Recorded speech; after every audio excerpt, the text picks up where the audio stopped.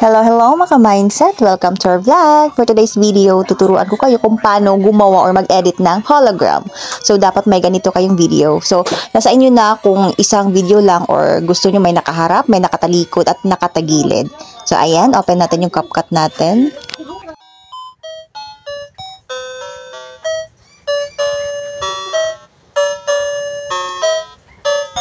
Click natin New Project.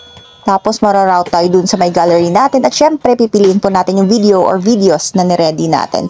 Then, click Add yung nasa bandang baba.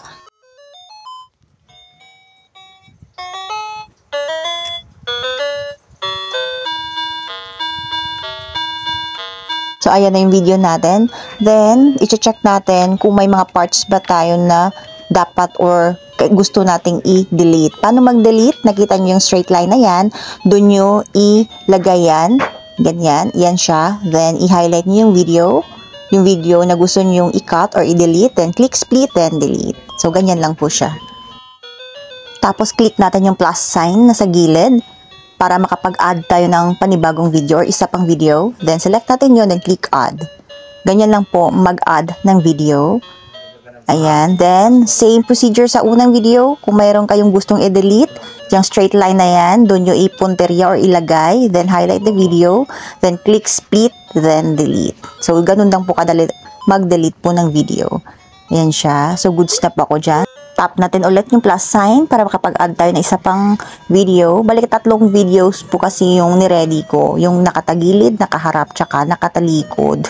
Kaya, yan po. Medyo matagal po tayo dito na part. So, ayan. Then, hanapin ulit yung mga parts or kung may gustong ba kayong i-cut or i-delete. Same procedure. Doon natin ipunteriya yung straight line. Highlight the video na pwede natin or gustong i-delete. Click split, then delete. So, ganun lang po siya kadali. Ayan. So, same procedure lang po sa pang 4th video po natin. Click plus sign. Then, mararoute po tayo dun sa gallery natin. Select po natin yung video. Then, click add na sa bandang baba. So, ganun lang po siya. Next step, click po natin yung add overlay para makapag-add po tayo ng effects na gagamitin po natin. Select po natin yun. Then, click add yung nasa bandang baba. So, ayan po siya. Then, since naka-black screen po yan, click po natin si splice. Then, choose filter.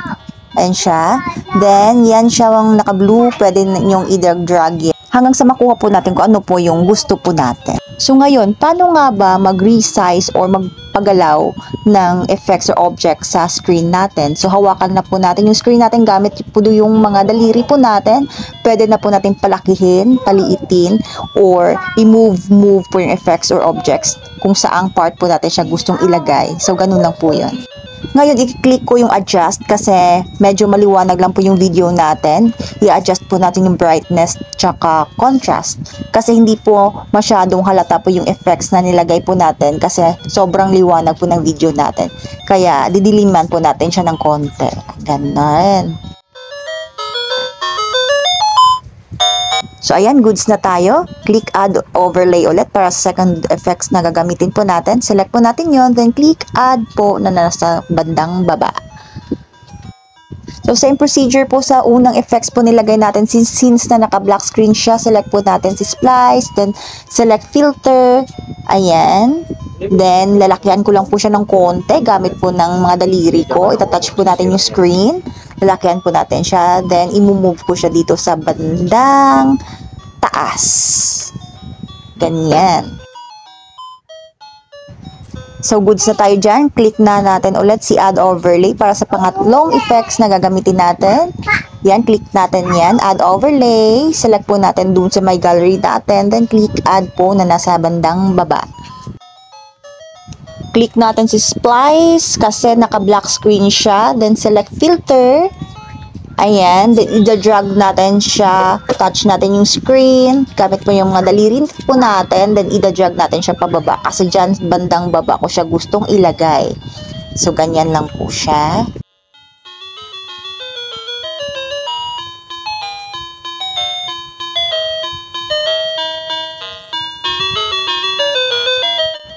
Then, ikakat po natin siya dito sa dulo kasi sumobra po siya, mahaba lang po siya. So, puputulan po natin or i-adjust po natin yung dulo. Ayan, ipapantay po natin silang lahat.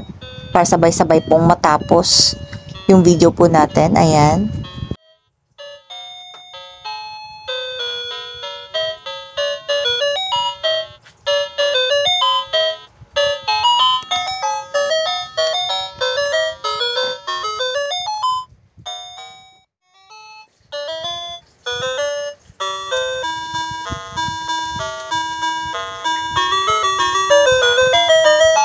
So, okay na yan. Click natin ulit si Add Overlay.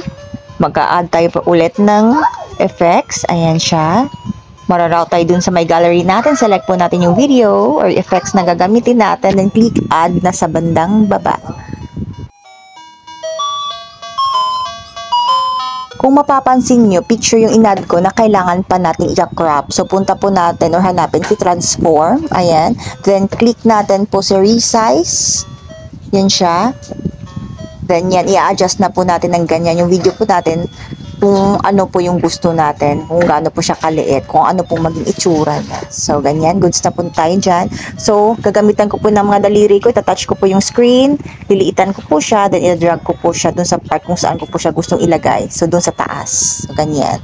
Then, gusto ko pa ng isa pa. Kaya hanapin po natin sa bandang baba si Duplicate. Ayan. Iduduplicate na lang po natin para hindi po tayo ulit mag-a-add overlay. Ayan siya.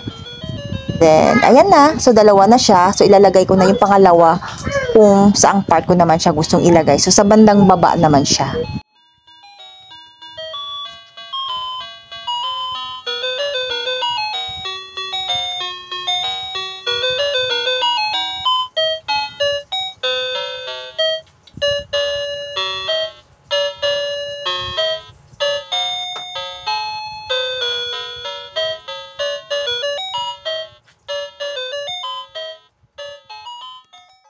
Goods na ako dyan. Click natin ulit si Add Overlay para sa pang last effects na gagamitin po natin. Then select po natin yung video or effect na gagamitin natin.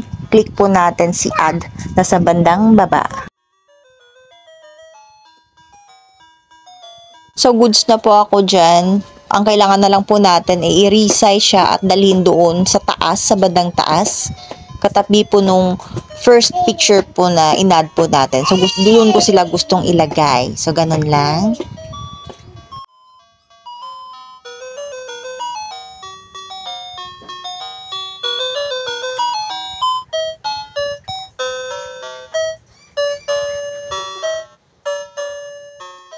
So, ayan, tapos na po tayo guys. Sana may natutunan kayo sa simpleng tutorial na to. Please don't forget to like and subscribe and hit the notification bell para lagi kayong updated sa mga tutorials po namin. Salamat!